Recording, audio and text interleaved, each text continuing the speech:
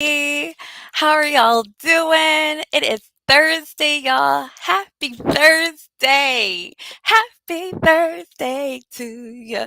Happy Thursday to you. Happy Thursday. It is a great day to be alive. We're full of purpose. We are full of mission and ambition, y'all. So let's get to it. This is the last day of 8 days to Unstuck. And what a blessing it has been. I've been getting hear from people saying that they've been watching, that they've been tuning in. And I truly, truly believe that if you commit to really putting in the time, putting in the work with these 8 matters, that you're going to be able to identify where you're unstuck, where you are stuck.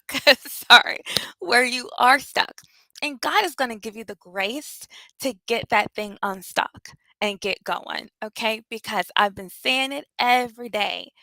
Someone needs what you have not finished. Someone is praying for that thing right now, saying, when God, when will I have it? When will I receive it? When will this type of thing be available?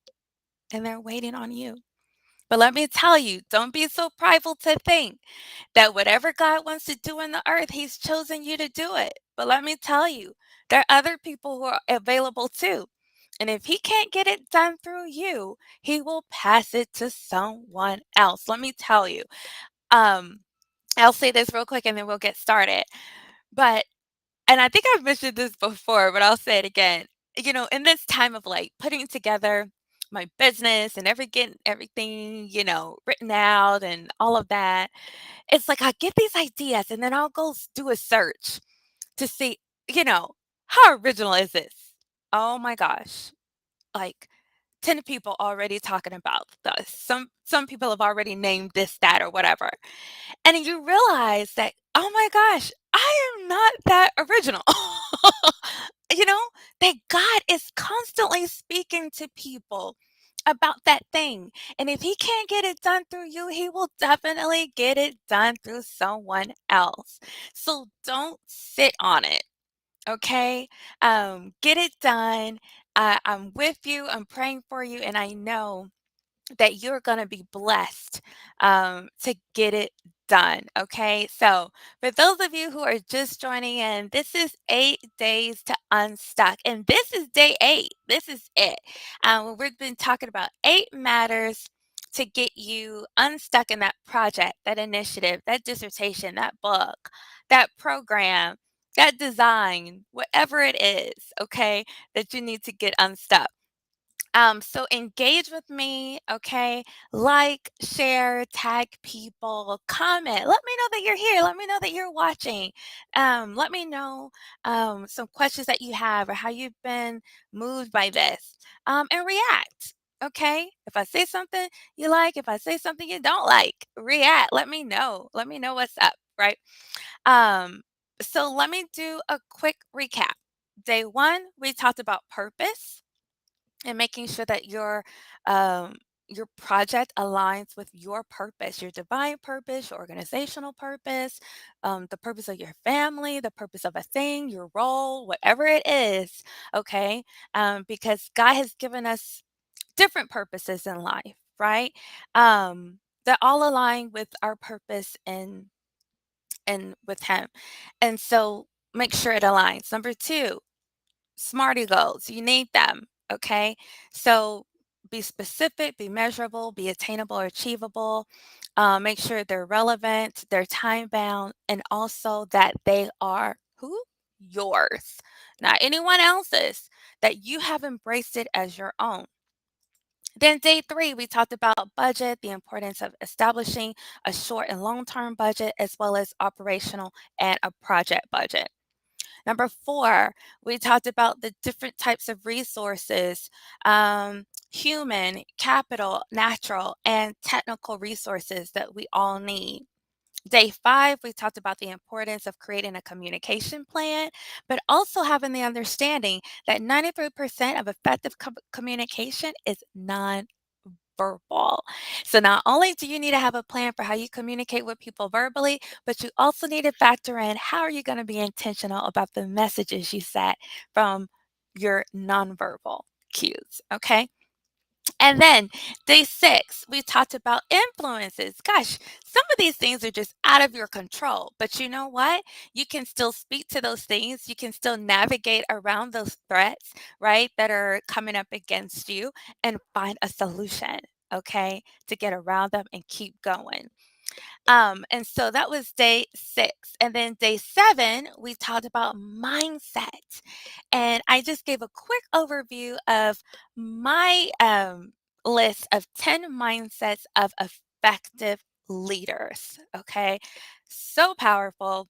Definitely take a look at the tools I put online so that you can assess where you are and your areas that you need to grow in. Okay. And then today, we're talking about procrastination triggers. Okay. So, y'all, let's be honest. Not every project or initiative that God has given us is something that we're eager to work on. Let's be real. We're not. We're not always eager. It's not always something that is like, I can't wait to do this. I can't wait to write. I can't wait to put this together. I can't wait to build this. Sometimes it's like, I gotta work. I gotta work through this. I gotta work through wanting this. I gotta work through like being committed to this. Right? That's just the honest truth. And so we're talking today about those procrastination triggers. What stops you from being eager? What stops you from making that schedule of the times that you're going to work on your project and committing to it? Okay, what keeps us in this cycle of excuses, and delay and delay and delay? Okay, so let's talk about that. But let's first get some words of wisdom. Proverbs 14 and 23 says, "All work brings a profit, but mere talk mhm, leads to only poverty." That's so true, right? Sometimes we get beyond ourselves and it's like, oh, I'm not just, I'm working on this, this, and this, and this. And yes, that's great. It's going to benefit you in some way, right? Maybe it's a little bit misuse of your time, but either way, it's not a waste. And I had to correct myself with that yesterday. The Holy Spirit was like, there's no time is never wasted. It's only misused. And so we have to be mindful of that, that all hard work will be profitable in the long run. But just talking, not working, not doing, not completing only leads to poverty. Okay. And not only do we want to be um, I'm not going to say necessarily wealthy, but we do want to be prosperous, right? We want to make sure that we have everything that we need and not to have a poverty spirit either, right? Okay, all right. Proverbs 18 and 9 says, "One who is slack in his work is brother to one who destroys." Wow. Slack? Lazy? Procrastinating? Lackadaisical in it? Is a brother to one who destroys? Let's see, I only know one person whose mission in life, right, is to kill, steal, and destroy. And that is Satan himself, right? So it's like if you are slacking in work, if you're not wanting to put in the effort to commit to do the work, you're a buddy, you're a pal, you're a bruh, right? To Satan, meaning you're basically working with him, which is really working against the very thing you're wanting to do. You're your own enemy in a way, like you're working against yourself. And so don't work against yourself. Don't work against that organization. Don't work against your community, right? Don't work against your government. Don't work against your family with the things that God has given you, okay? But instead, work for, right? Be an enemy of the one who destroys by putting in hard work. And then Proverbs 27 and 1 says, "Do not boast about tomorrow, for you do not know what a day may bring." Oh, that's so true. How many times have I said, I'm going to do this tomorrow, right? I'm planning to take my whole day. Oh gosh, I do this all the time. I'm going to get up early. I'm going to devote my whole day to working on this, right? I know I'm going to do XYZ. Oh gosh. And come morning, all sorts of things are happening, right? All sorts of things I didn't plan, right? I had to do this, I had to do that. Something happened with a family member. So now I kind of have to go out of my way to make sure they're okay and this and that. And then all of a sudden, my whole day is shot. And I'm like, you know, had I just put in some work yesterday, right? I wouldn't have been betting on today. And now, right, I'm kind of put out, right? And so, um, then when you do that and you procrastinate, procrastinate, and procrastinate, is that the mindset of excellence? No, because waiting to the last minute to do something does not set you up with the mindset of excellence, right? It's setting you up to fail or to really just be mediocre, to not give your best. And the mindset of an effective leader is that you have the mindset of excellence and you know that that takes time and hard work to be put into that. Okay, so God, procrastination. Y'all, we all do it at some point. Not about maybe everything, but maybe about some things, those particular things. So let's talk about that. What are some stats regarding procrastination? Well, let's start with this. 88% of workers who procrastinate do it for at least 1 hour a day. What? What? Do you hear this? 88% of workers procrastinate for at least 1 hour a day. So what does that also say? That there's a small percentage, let's see, less than probably around 15% or so, who perhaps maybe do it more. Ah, what? What? Do you see what I'm saying here? Right? Is that most people, most workers procrastinate at least 1 hour a day. Okay. Um, $15,000. Okay. $15,000. What is that amount? That is the amount of money a person who earns around $40,000 per year will waste on procrastinating, which equals around 3 hours a day. Oh my gosh. What? $15,000? Okay, so think about this from a CEO, president, managerial perspective, where you perhaps having most of your workers procrastinating about an hour a day, that, and then you have a percentage of people, which on average, most people are making around 40,000, right? At least, right? Around a year on average. Um, Kind of blowing or misusing $15,000 a year. Oh my gosh. Okay? Per person. That's not out of a budget. That's per person. So then when we equate that to think about all those big numbers as to how much organizations, spend on unsuccessful change, not reaching goals. Okay? That's a big deal. So we have to get to the bottom of why this is happening. 25% of adults consider procrastination a defining personality trait. That's kind of a big deal too. 1 in 4 people say, like, yep, I'm a procrastinator. Maybe that should be an interview question. Hey, are you a procrastinator? And what steps are you taking to, um, you know, be more committed to work better, to manage your time better, right? To get out of this procrastination rut. Like, what steps are you taking to work on that? Yeah, that should probably be an interview question.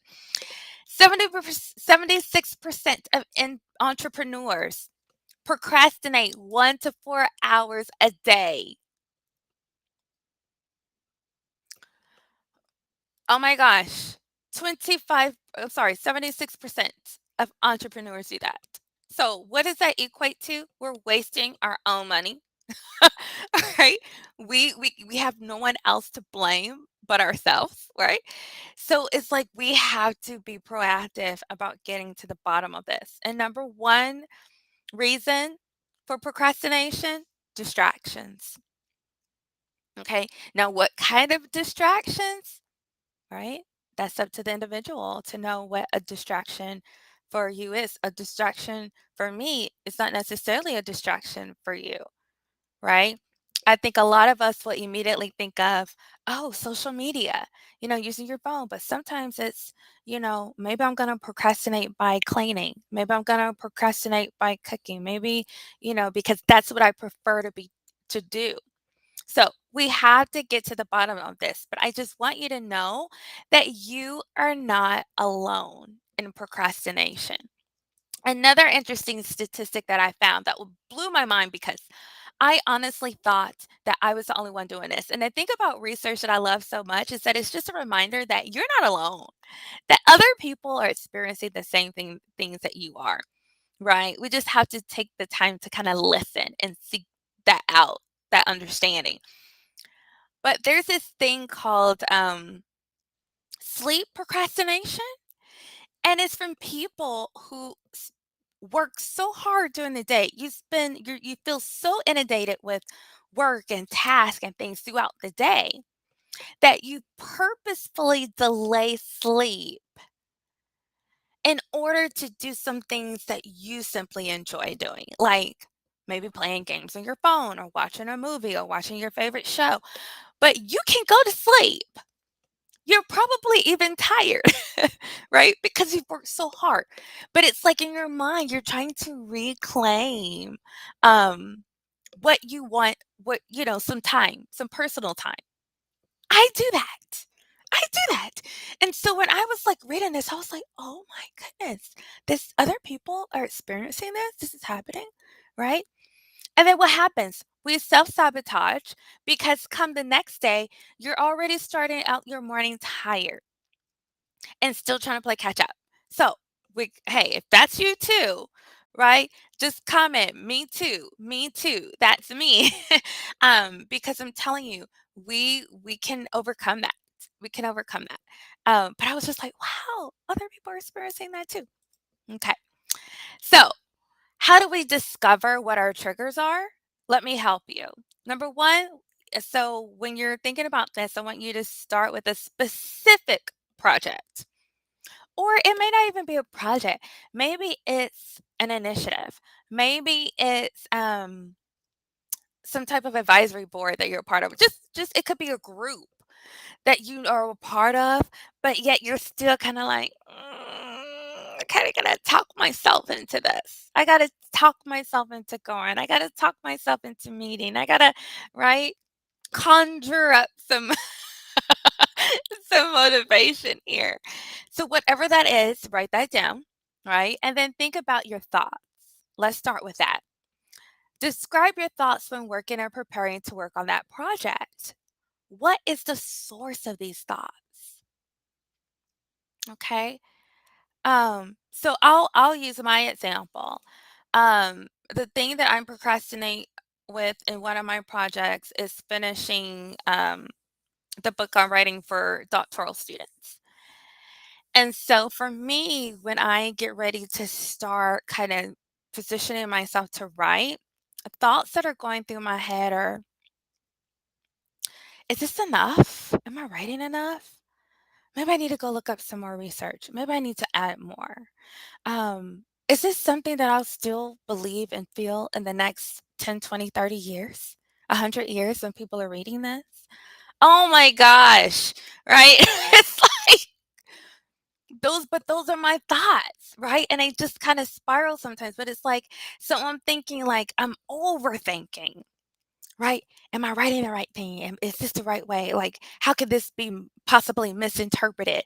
And so should I say it in a better way or a clearer way or a different way? Or, oh my gosh, right? So those are the kind of thoughts that I'm having as I'm preparing to write. And it's like, girl, just write.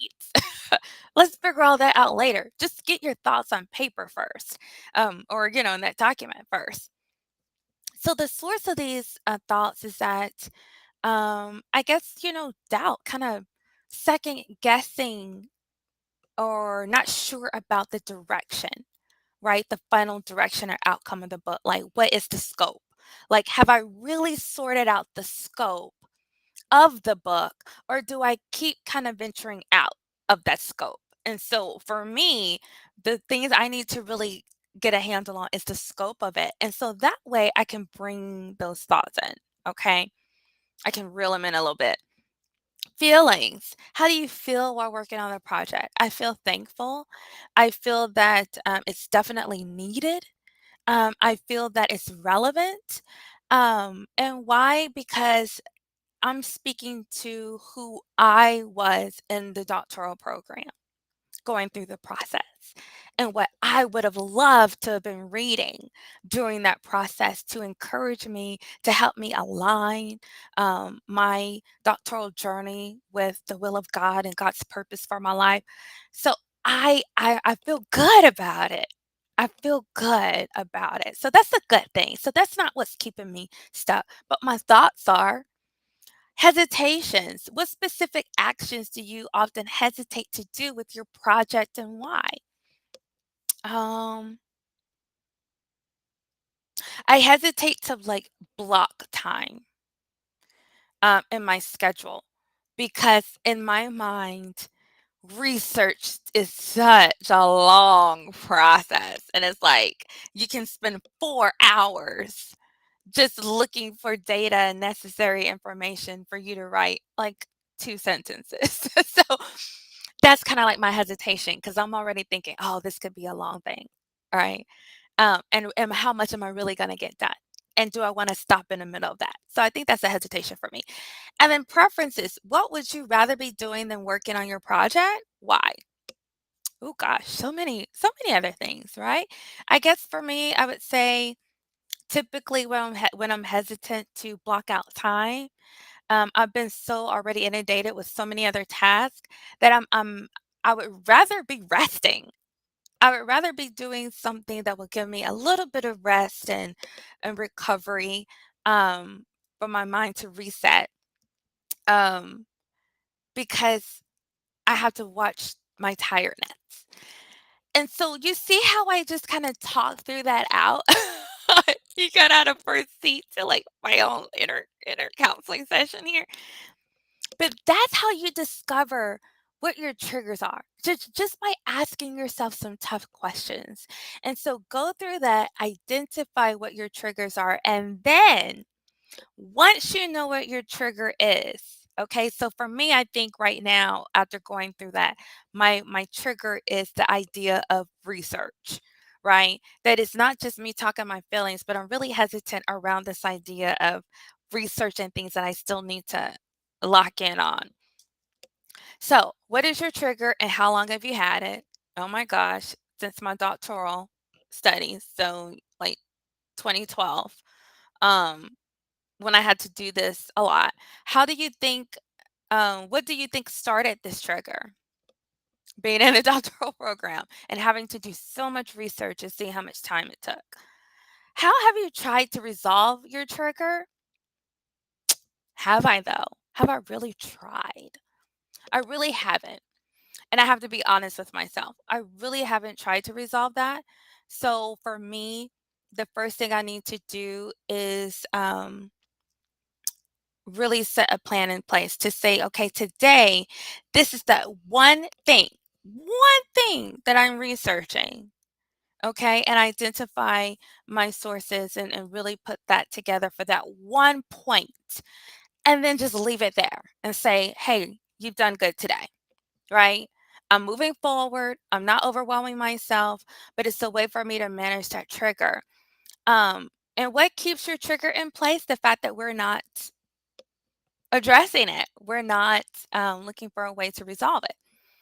What will you need to do to resolve your trigger? Right. So, like I said, I need to establish a plan.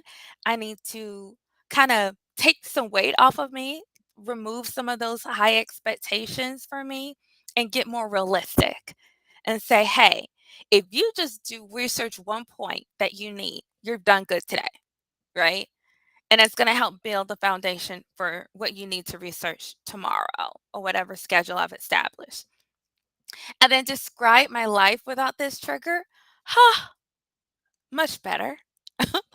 I actually like research. Just in the midst of all the other things I'm doing, I just resent how much time it takes sometimes. So that's what my life would be like. It would be good. It would be great. And I can get this project done. Sorry. So those are the steps you need to take. And I'm going to leave you here with this last proverb. And when I read it, it made me laugh so much. So let me actually, I want to focus in on this. It says, I went past the field of a sluggard, past the vineyard of someone who has no sense. Oh my God, right? King Solomon is so funny when he says this. He's like, it was someone who owned it had no sense, right? It says, thorns had come up everywhere, the ground was covered with weeds, and the stone wall was in ruins. So he's identifying that the fact that like this person's land and everything around it is just in utter chaos. He's like, that person has no sense. They have no wisdom, right? They have no understanding of what they're doing. He said, I applied my heart to what I observed and learned a lesson from what I saw. Ah, what a great reminder of us to do that, right?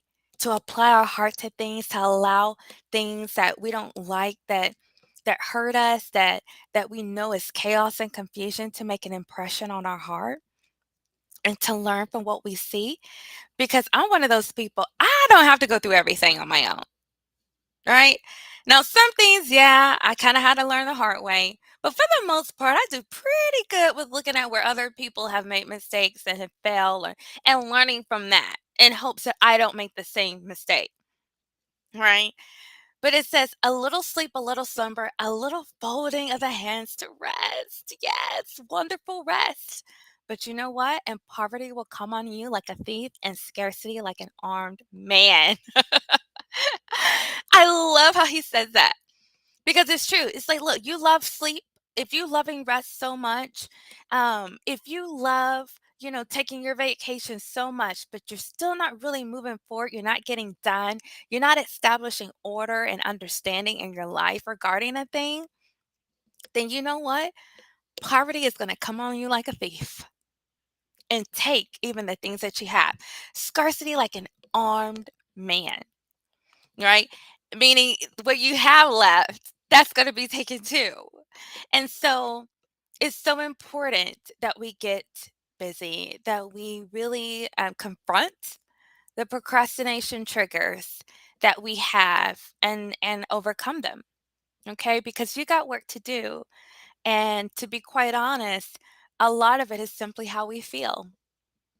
It's overcoming negative emotions and negative self-talk and a negative mindset. Not having the I can mindset, but it's probably you're stuck in a, should I mindset.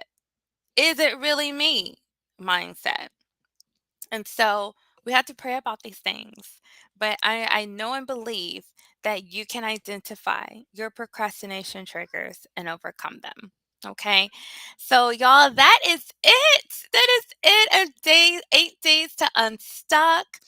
I pray that it has been a blessing to you, that you've benefited from this. Let me know. Sometimes in doing these things, you just want to know it's not so much that I do it for the validation, but as with you, you just want to know, who are you helping? Like, who's watching, who's listening, who's really, putting these things into practice, and they're seeing benefits from it. So let me know your thoughts about your own procrastination triggers, the 8 days, to unstuck. I would love to hear from you. So just a reminder that if for some reason this is the first video you're watching, okay, the first live of 8 days to unstuck, you can go on my social media on YouTube, Facebook, and LinkedIn and see these videos. The 8 days to unstuck, talking about the 8 different matters that we've discussed to get what? Unstuck and get done. Because someone's praying for the very thing you won't finish, okay? But you will finish. You will finish. So, y'all, have a wonderful rest of your Thursday, and I pray that you have an awesome weekend. Happy Friday already to you all tomorrow. Um, but follow me on social media at Dr. Juanita Mercer. Okay, for more upcoming series, for more information on Lead My Heart and consulting services, coaching services that are coming forth, and just to get to know more about me and stuff. I stay pretty transparent, so I love being on this journey with you. For all the things that you're doing in your organizations, in your personal life, in your businesses, and I really do consider it a privilege and an honor that you listen in and that you allow me to walk with you on this journey. So God bless you. And remember, in everything you do and with everything you have, love God and love people. Goodbye.